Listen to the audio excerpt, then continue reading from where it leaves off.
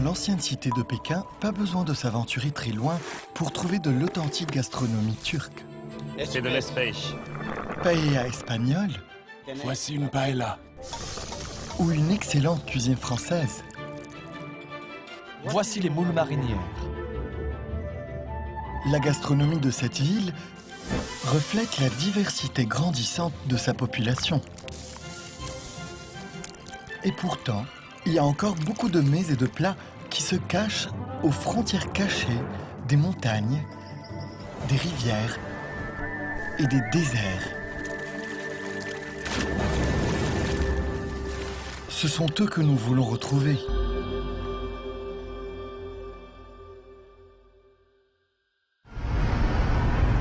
À Dalaynur, en Mongolie intérieure, les températures peuvent chuter à moins 30 degrés Celsius au début de l'hiver. Donne-moi ça!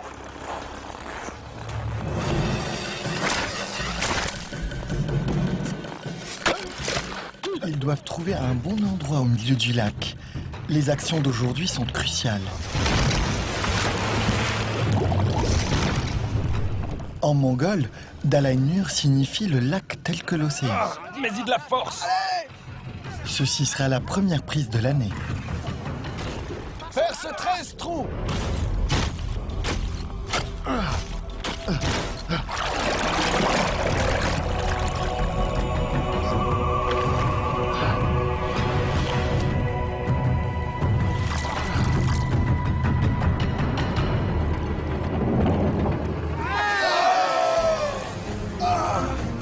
Le filet de 800 mètres de long doit rester submergé pendant 6 heures. Le poisson qui vit dans ce lac salé est très particulier à son environnement. C'est un genre de poisson cyprinidé appelé amuride.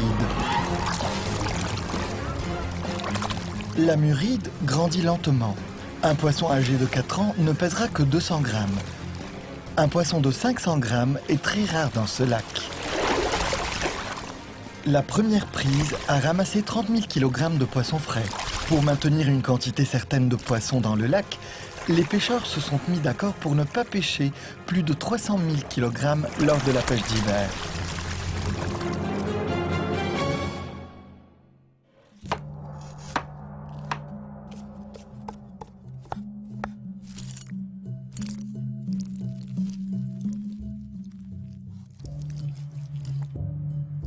L'amuride garde le mieux sa saveur fraîche quand il est cuit à la vapeur.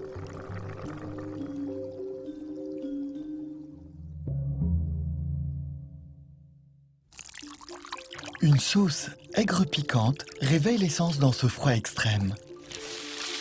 Avec une pincée de sel, il peut être frit entre 3 et 5 minutes, ce qui révèle sa saveur avec une légère saveur aussi. Les villageois le préparent de façon encore plus simple. Ils le font mijoter dans un wok au-dessus d'un feu de bois, ce qui laisse échapper son odeur. Les pêcheurs récoltent la récompense de leur travail d'il y a plus d'1 an et demi. Les poissons sont sortis!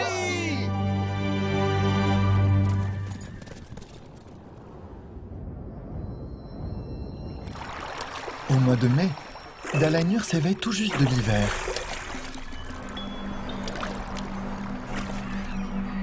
Les eaux fraîches de la rivière se sont réchauffées à 8 degrés Celsius.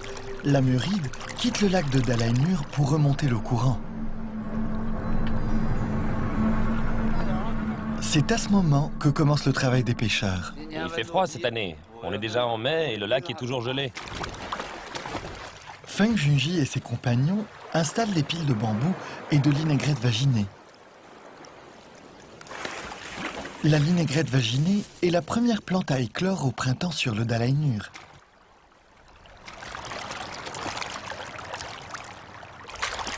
La rivière s'étend sur plusieurs dizaines de kilomètres. Elle est remplie de dangers.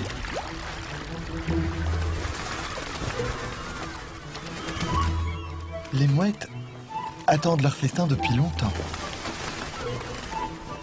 L'amuride leur fournit assez d'énergie pour finir leur migration vers la Sibérie. En une semaine, 400 000 poissons vont être mangés par les oiseaux alors qu'ils remontent le courant.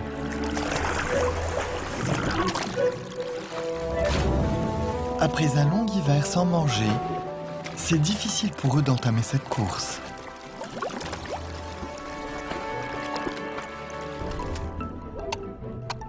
Feng Junji et ses collègues doivent installer 2000 tas le long des 4 rivières jusqu'au Dalai Nur.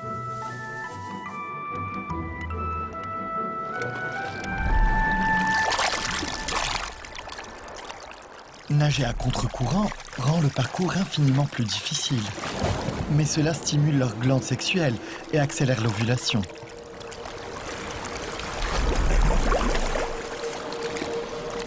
Seuls les plus forts survivent. Seul le poisson le plus fort peut atteindre les frayères. Les amurides sont les plus vulnérables à ce moment, mais les pêcheurs choisissent d'attendre. La nuit, quand leurs prédateurs aériens sont partis, les amurides augmentent leur vitesse. Ils doivent trouver leur frayère. Et ce n'est pas facile du tout dans une rivière où la végétation est clairsemée et rare.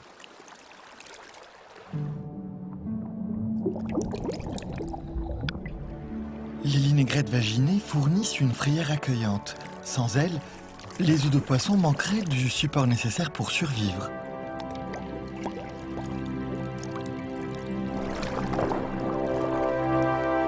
Dix jours après la ponte, le poisson retourne au grand lac. Comme leurs parents, les petits poissons qui viennent d'éclore vont aussi nager jusqu'au Dalai Nur. Dans cette frontière cachée, les humains et les poissons survivent ensemble en maintenant un équilibre.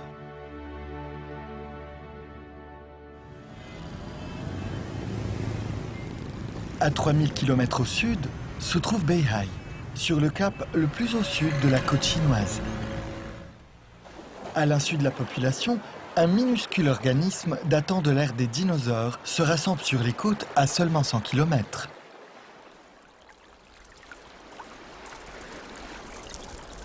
Les crabes fantômes profitent de leur dîner. Ils construisent leur frontière cachée alors que la marée descend.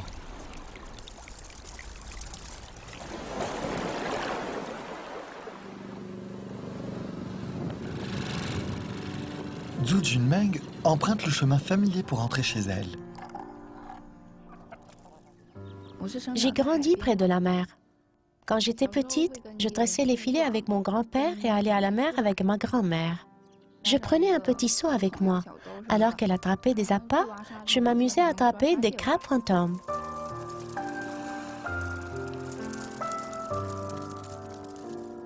Zhu Junmeng va à l'université dans le Sichuan. Chaque été, elle revient chez ses grands-parents. Ma grand-mère est trop vieille pour aller à la mer. Maintenant, c'est ma mère qui envoie sa pêche de crabes fantômes.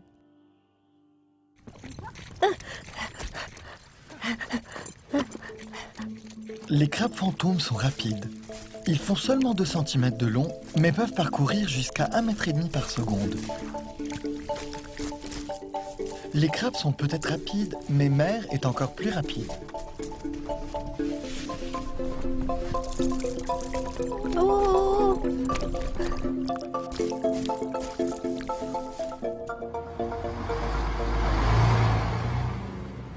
Beihai était une des premières villes côtières sur la route de la soie. Un mélange de cultures. Sa cuisine garde les caractéristiques de Guangxi, Guangdong et de l'Asie du Sud-Est. Mais la pêche aux crabes fantômes est ce qui la distingue des autres endroits.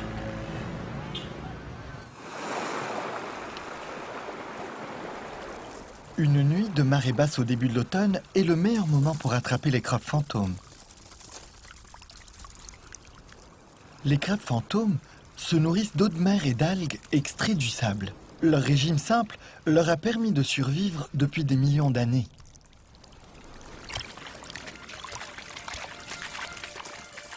Les maillons de la chaîne alimentaire sont fermement liés entre eux.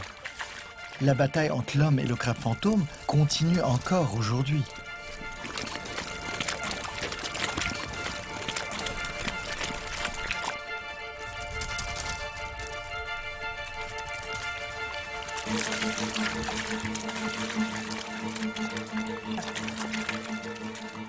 Wow, il y en a plein ici.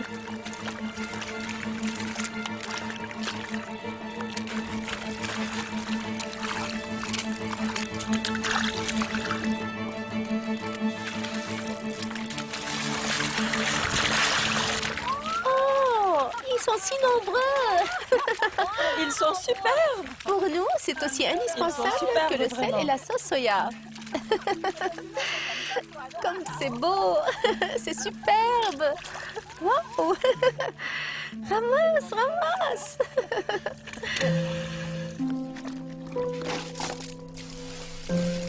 Le concentré de crabe fantôme est très simple à préparer. Il faut juste nettoyer entièrement les crabes, enlever la chair, les écraser au pilon, puis ajouter du sel et du baijiu. Avec un peu d'imagination, même le crabe le moins charnu devient un condiment magique. Ce condiment dans notre cuisine est aussi indispensable que le sel et la sauce de soja. Le crabe fantôme cuisiné frais dégage une odeur de poisson, du fait de l'oxydation des huiles de poisson. Pour obtenir le meilleur goût, il faut le faire fermenter. Les enzymes produites par les micro-organismes vont décomposer les protéines du crabe fantôme et vont produire une petite molécule de peptide et une forme libre d'acide aminé. Après un mois de fermentation, le concentré de crabe fantôme devient riche et parfumé.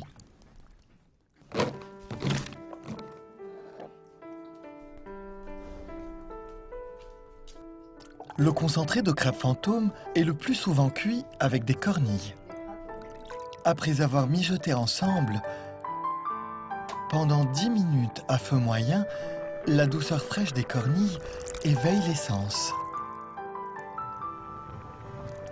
Le poulet bouilli est le plat emblématique de Chine du Sud. Il est préparé en faisant mitonner le poulet à feu doux jusqu'à ce qu'il soit presque cuit. Alors que la plupart des gens le mangent avec des échalotes et de la sauce soja, les habitants de Beihai pensent qu'il est meilleur accompagné d'extraits de crabe fantôme.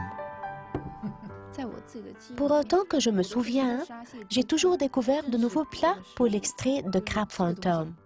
J'ai trouvé ce qui allait bien avec et ce qui n'allait pas. Un petit plat d'extrait de crabe fantôme ajoute beaucoup de saveur dans la vie des pêcheurs. C'est le miracle d'une frontière cachée datant d'1 milliard d'années. Sourions. Attention.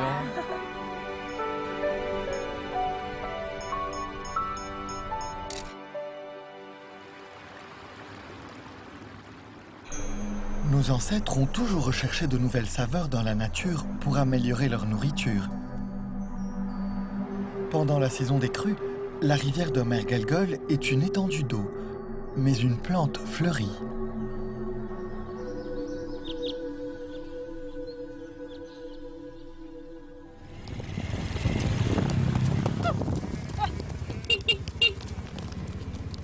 La famille de Xigil possède 9000 lacs de pâturage et 4000 moutons. Aujourd'hui, elle doit rentrer le troupeau plus tôt. Elle attend quelqu'un.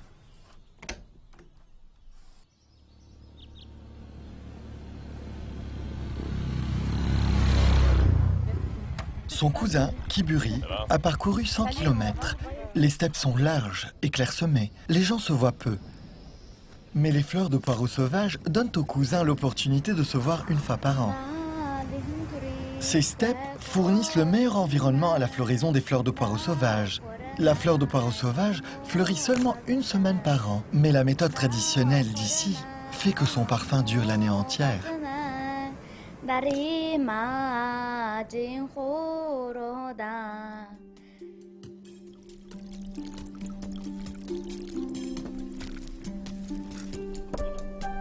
Mets ça ici.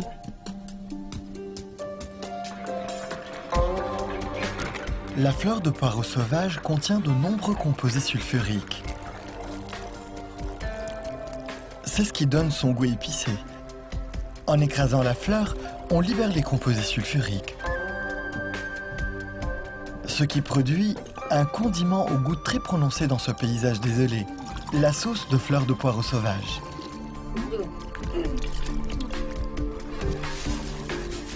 Il faut bien la fermer.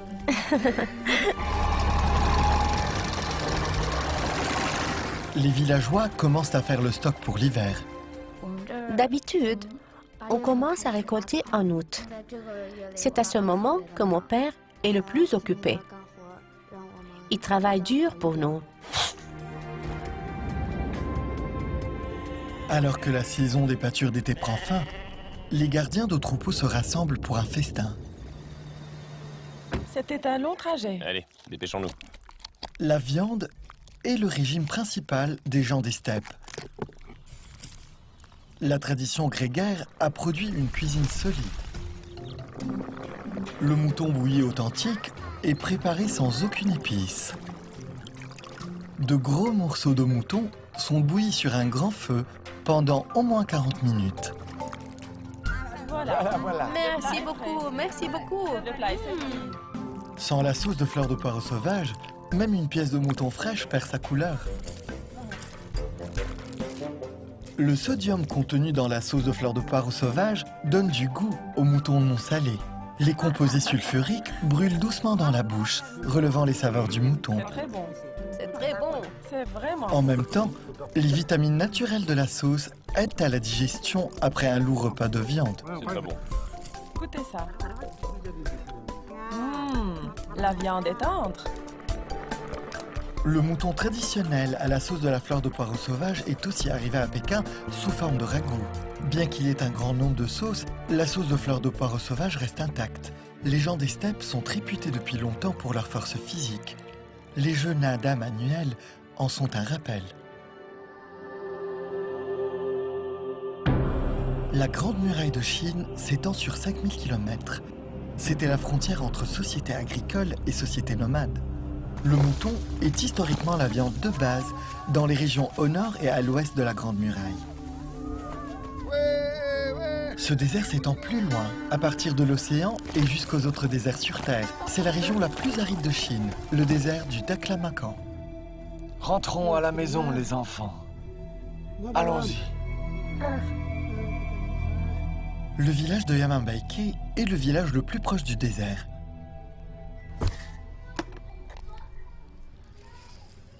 Woboli Kasimu prépare un festin du désert. Les tripes sont un très bon ustensile naturel de cuisine. Sa robustesse empêche le mouton de tomber et il reste assez souple pendant la cuisson. Cuisiner avec des estomacs d'animaux est assez courant, mais la façon dont ce plat est préparé ici le rend unique et typique de la région. Un feu de charbon est la clé de la cuisine du désert. C'est une bonne journée. Le sable sous le charbon atteint 180 degrés Celsius. C'est un four naturel qui cuit la nourriture avec une chaleur régulière. Il n'y a aucun moyen de dire comment est le mouton durant la cuisson. Tout vient de l'expérience. Après 4 heures, le feu de charbon libère les jus de la viande.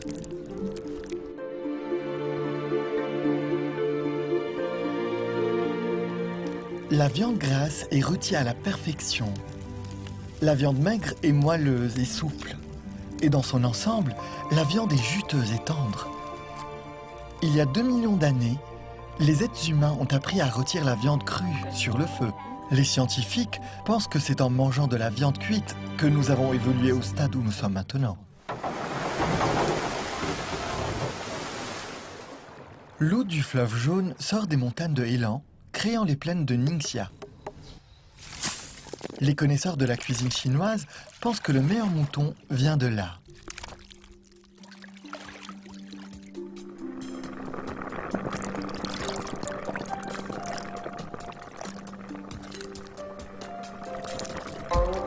La clé de la cuisson du mouton en ragoût est l'absence du sel. Le sel est une électrolyte forte qui altère la membrane de la viande. Cela assèche la viande, lui faisant perdre sa tendresse. Après 2 heures de cuisson sur feu doux, la fibre de la viande commence à s'attendrir, douce et juteuse. La viande dégagera ses meilleures saveurs maintenant. C'est juste avant d'être servi que l'on doit rajouter le sel au mouton. Juste à ce moment-là, cela va relever la saveur de la viande sans affecter sa texture.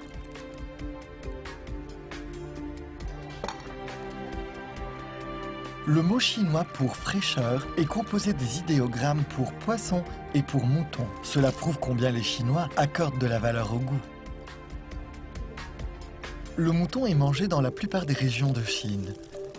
Différentes régions ont créé leur propre méthode de cuisson du mouton. La méthode du Nord est la plus simple. Cela montre aussi combien ils sont confiants dans la qualité de leur viande.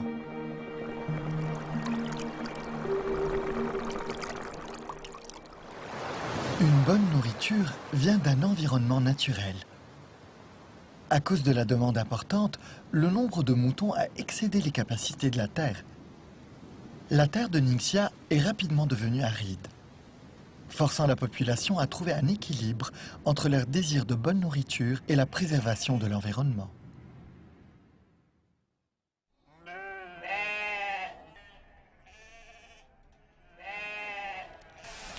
Les cris du mouton marchent comme une alarme. La journée commence avec la préparation de la nourriture.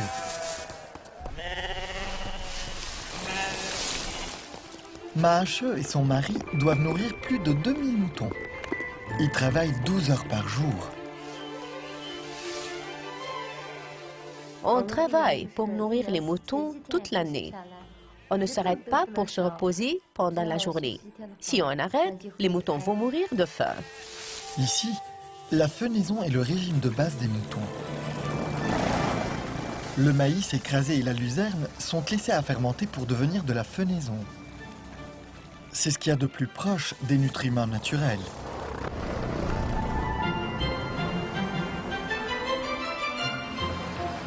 Le Ningxia est la frontière du désert. Pour préserver l'environnement, le pâturage à grande échelle a été interdit.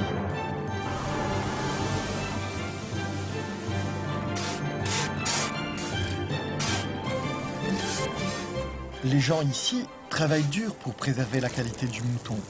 Ainsi, ils essaient de répliquer les conditions de pâturage naturel autant qu'ils peuvent.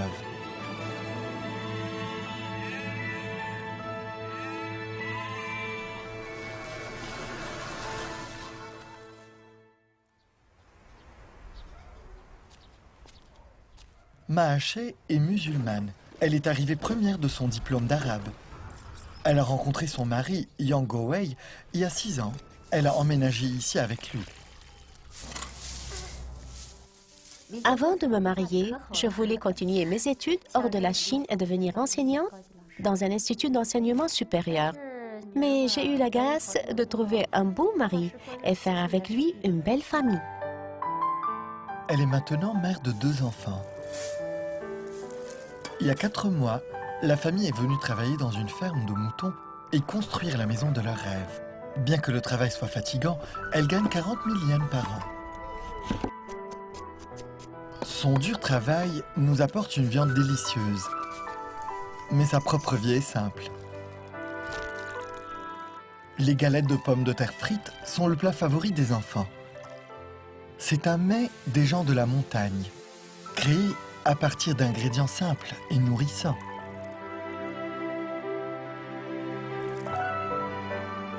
Les gens de Chine ont depuis longtemps créé de bons plats à partir de simples ressources. Un bon plat est une consolation pour l'âme et aussi un moyen de surmonter des circonstances extrêmes. Plus vite! Plus vite! Hey, Abduras! Abduras, où vas-tu? Hein, dis-moi! Au champ de blé! Qu'est-ce que le blé peut faire? Dans cette partie sud du désert du Taklamakan, les précipitations annuelles atteignent seulement 15,6 mm, chose qui est typique d'un climat désertique en Chine. Le blé est la culture qui s'adapte le mieux à ce climat, tout comme les villageois qui arrivent à survivre ici en cultivant le blé. Malgré le sable envahissant et la difficulté des conditions climatiques, le sud du Taklamakan reste habité.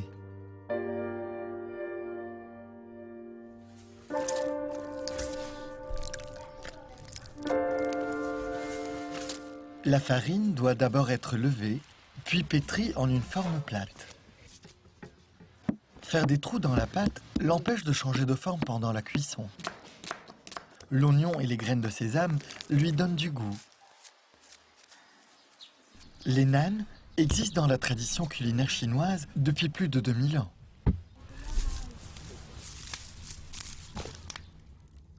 La température dans le tandoor atteint 180 degrés Celsius.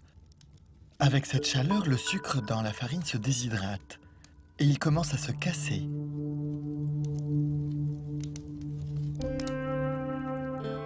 Cela donnant au nan sa couleur caramel et sa riche saveur de blé. Cela prend seulement 10 minutes de cuire un nan, mais son histoire couvre des millénaires. Dans le désert lointain, les nanes peuvent être conservés longtemps et résistent au climat sec. Ils peuvent être stockés en sécurité pendant plusieurs mois. C'est un exemple premier de comment les gens s'adaptent à des environnements extrêmes. C'est pour ça que je l'ai dit au début. Des terres arides aux mers profondes, l'ingéniosité humaine prévaut depuis des siècles à travers ces frontières cachées.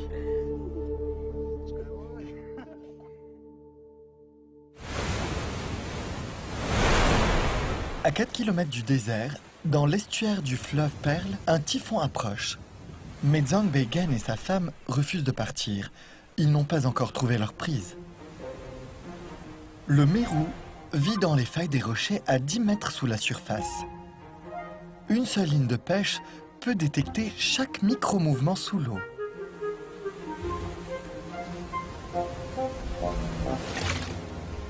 Mais jusque-là, ils n'ont attrapé que de petits poissons. J'ai l'habitude, ça fait longtemps que je pêche. C'est mon coin préféré car il y a beaucoup de poissons.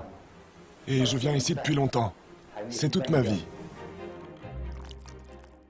Le mérou ne peut être attrapé qu'à la main. Sa chair délicate et ferme a contribué à sa réputation d'être un des meilleurs poissons d'eau de mer au monde.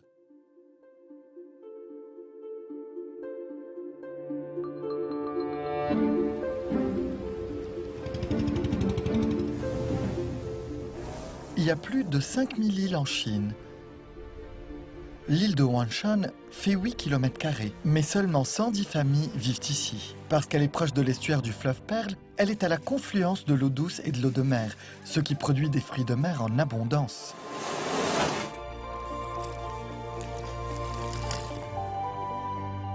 Zhang Beigen et sa femme ont vécu ici toute leur vie. Ils connaissent les allées et venues des crustacés.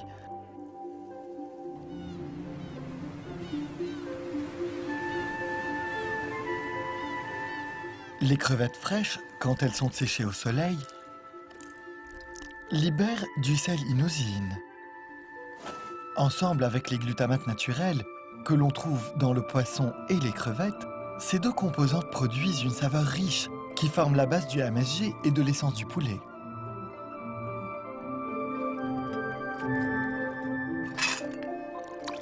Les fruits de mer séchés requièrent peu de préparation.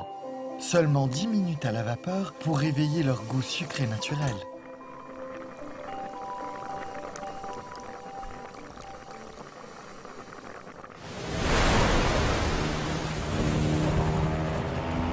Après le passage du typhon, Zhang Beigen et sa femme doivent aller encore plus loin pour trouver leur mérou.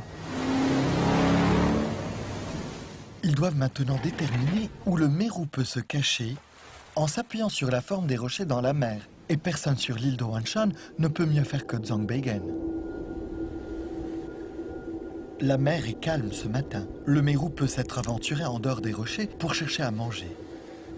Avec son petit crochet, Zhang Beigen a un jour attrapé un mérou de 30 kg.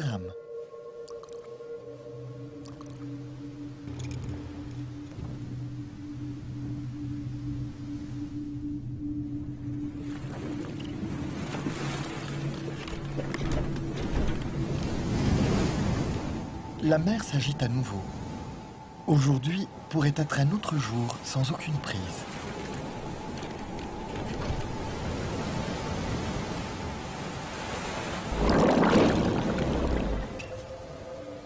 J'en ai un, dépêche-toi, viens m'aider.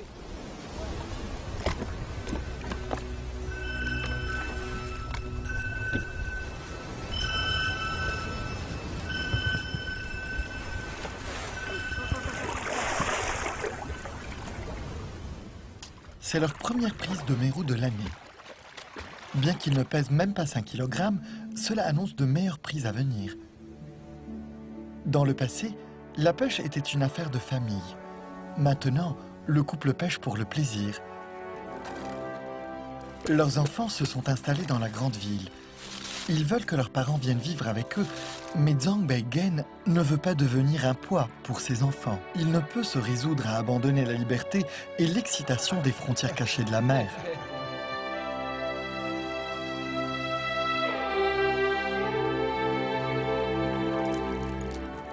Dans une autre frontière cachée, vit un animal qui existe depuis 250 millions d'années.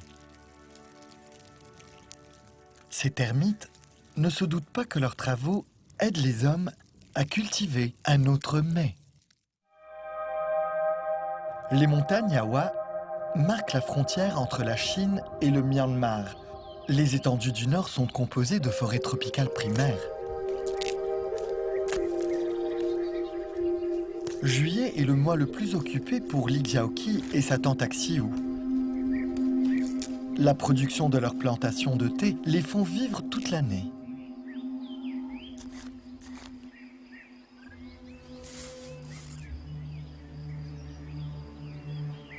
Sous ces couches en décomposition se trouve un monde préhistorique. Ces fourmis appartiennent à une sous-famille de termites. La fourmi ouvrière mange les feuilles et l'herbe. Les déchets qu'elle rejette deviennent du compost mi-digéré qui contient des spores spécifiques qui font fermenter ce compost.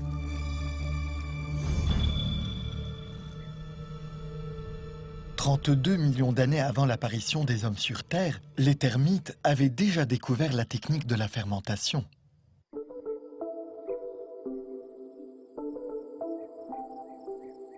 Les spores deviennent peu à peu des mycélias épais de quelques millimètres. Sous la bonne température et humidité, ces mycélias forment les corps de fruits.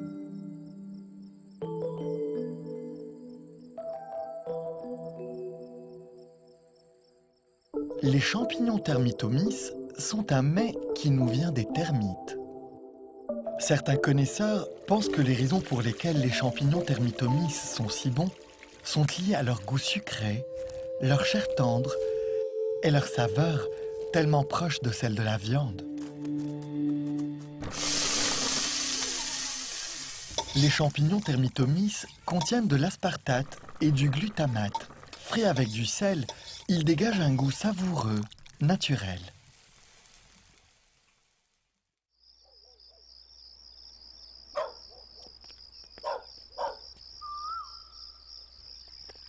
En dessous des plantations de thé, s'étend une forêt tropicale primaire dense. Axiu connaît comme sa poche les 300 endroits où poussent les Termitomys. Chaque nid de termites produit une récolte de champignons par an. Axiu est d'habitude une des premières personnes à les repérer. Ma tante, où es-tu? On devrait être à la saison des Termitomys, mais ils n'ont pas réussi à en trouver. Xiaoqi est déçue, mais sa tante n'est pas du tout inquiète. Elle connaît les champignons Termitomys mieux que personne dans le village et sait qu'il y a encore de l'espoir.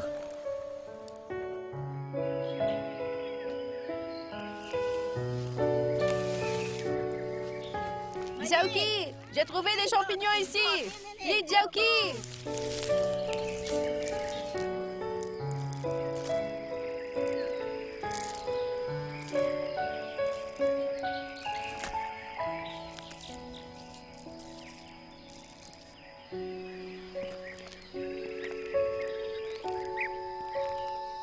Les champignons qui sortent leur tête du sol sont les meilleurs champignons. Oh, ma tante, viens! Il y a plein de champignons ici.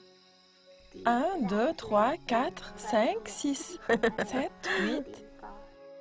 On doit creuser avec précaution. Si on ne le fait pas, on pourrait détruire le nid de termites. Il n'y aura pas de champignons l'an prochain. Ici, les gens suivent les lois de la nature avec attention. Ils couvrent leurs traces pour empêcher quiconque de trouver leur coin à champignons et pour protéger les nids de termites.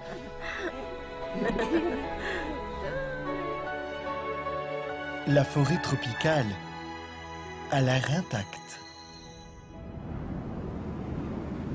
La Chine est frontalière avec 14 autres pays.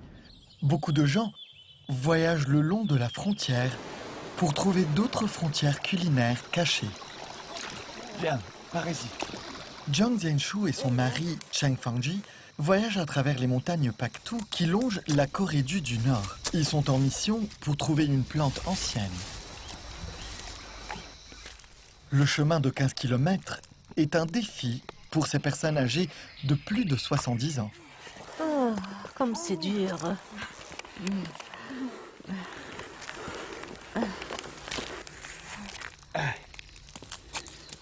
On va bientôt arriver.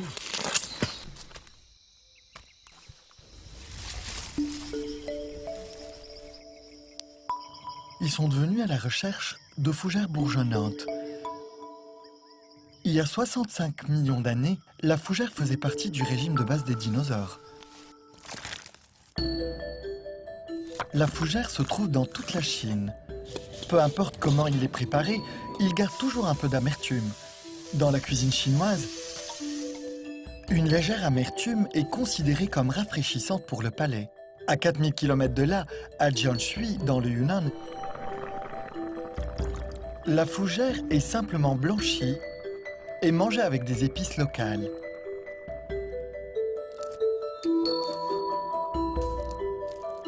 Pendant la moitié de l'année,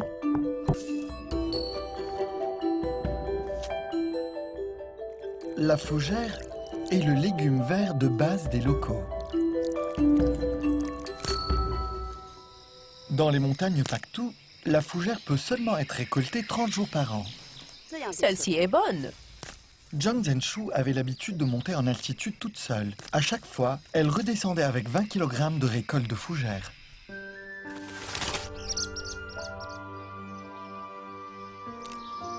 La fougère contient de la ptachyocide, une toxine très nocive pour les humains. La blanchir peut enlever les propriétés nocives de la fougère. C'est fait.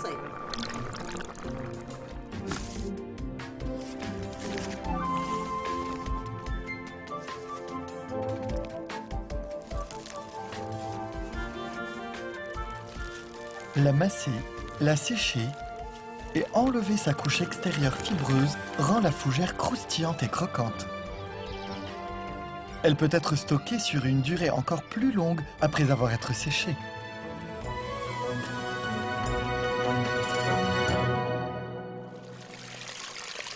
Les hommes ont toujours cherché à préserver le goût de la nourriture aussi longtemps que possible. Le peuple de Va ont trouvé la meilleure façon pour préserver le goût des champignons termitocytes. Axiu fait de l'huile de champignon quand ceux-ci sont encore frais. Elle commence par faire chauffer les champignons pour se débarrasser de leur humidité.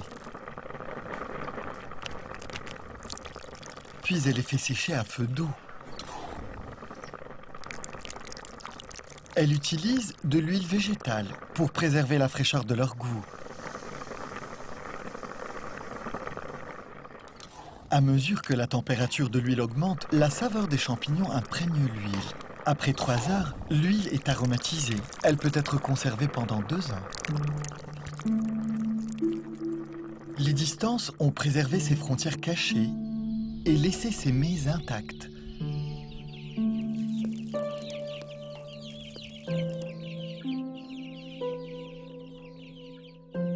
Bien que Jiang Zhenshu ait déjà des petits-enfants, aucun membre de sa famille ne vit avec elle. Tous les ans, elle fait sécher la fougère et l'envoie à sa famille. Cet acte sert de message et de communication entre elle et ses êtres chéris.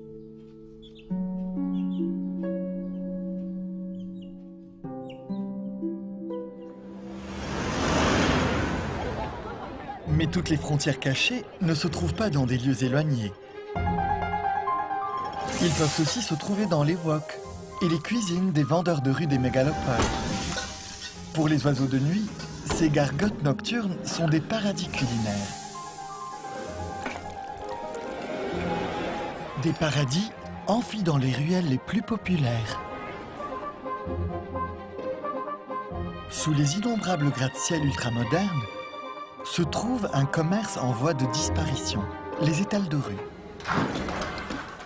Je gère ce travail depuis des années. Toute la famille s'entraîne pour préparer avec amour des plats délicieux que nous partageons avec des clients qui nous visitent régulièrement après des journées très occupées. La nuit, on fait transformer cette ville en un endroit plus accueillant, où les gens se rencontrent pour un verre, pour manger.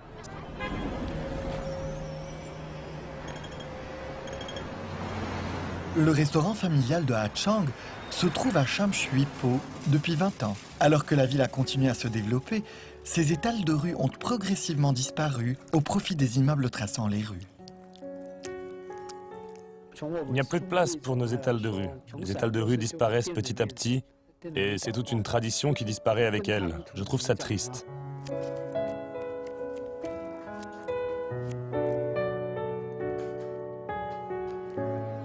C'est le père de Hachang qui a ouvert le restaurant. Cela fait 60 ans qu'il sert ses uniques nouilles wonton. Ses clients viennent ici depuis des décennies. Le wonton de crevettes fraîches est accompagné de nouilles aux œufs faites à la main. Le tendon de bœuf est moelleux, les crevettes fraîches. Ce goût familier est gravé dans la mémoire de ce quartier. D'où le secret de la perduration de cette cuisine. Xianji, alors, des nouilles aux crevettes comme d'habitude? Son papa, Liu Qingsen, a 80 ans. Mais il vient tous les soirs au restaurant. C'est son activité préférée. Mon père avait une charrette à bras dans cette même rue. Puis il a ouvert un étal de rue à cet endroit précis. En 1993, nous avons déménagé dans cette devanture. On n'a donc jamais vraiment quitté cette rue.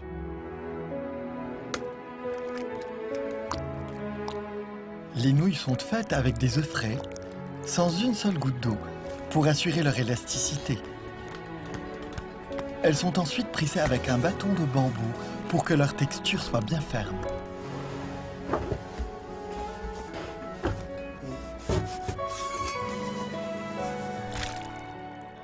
Certains de nos clients viennent de loin pour manger ici. Je sers les mêmes clients à l'étal depuis que je suis enfant. Ils veulent avoir un goût du passé.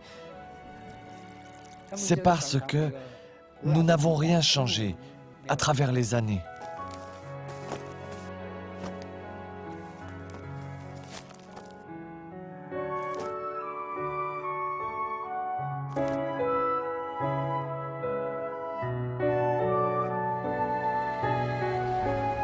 Ouais, merci.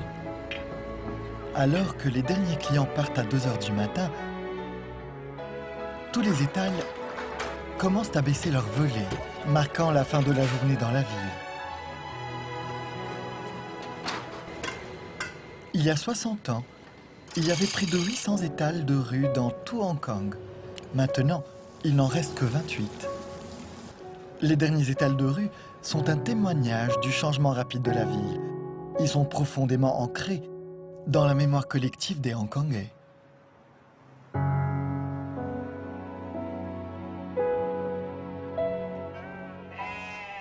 Ça fait plus de 3 mois. Bientôt 4 maintenant. Wu Zhang, Ningxia, Ma She et son mari comptent les jours avant de rentrer chez eux. Mais ici, la vie vient tout juste de commencer. Dans le Haut-Tian, Xinjiang, Wu Bolikasimu va commencer à récolter la nouvelle récolte de blé de l'année. Dans les steppes de Holombuir, Kiburi a préparé assez de sauce de fleurs de poireaux sauvages pour sa famille jusqu'au printemps prochain. C'est très bon, très bon. Alors que le village global continue de changer, les goûts continuent d'évoluer. Mais si nous continuons à préserver notre penchant et notre attachement pour certains goûts, ces saveurs et les croyances qui viennent avec préserveront toujours les tribus irremplaçables, leurs traditions culinaires qui découlent de leurs frontières cachées et des influences de leurs environnements respectifs.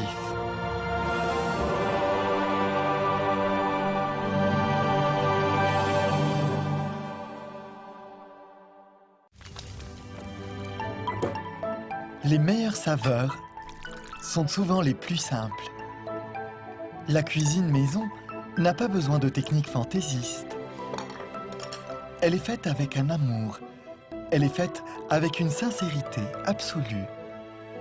Regardez comment est faite la cuisine familiale, tient une place spéciale dans le cœur et l'estomac des Chinois.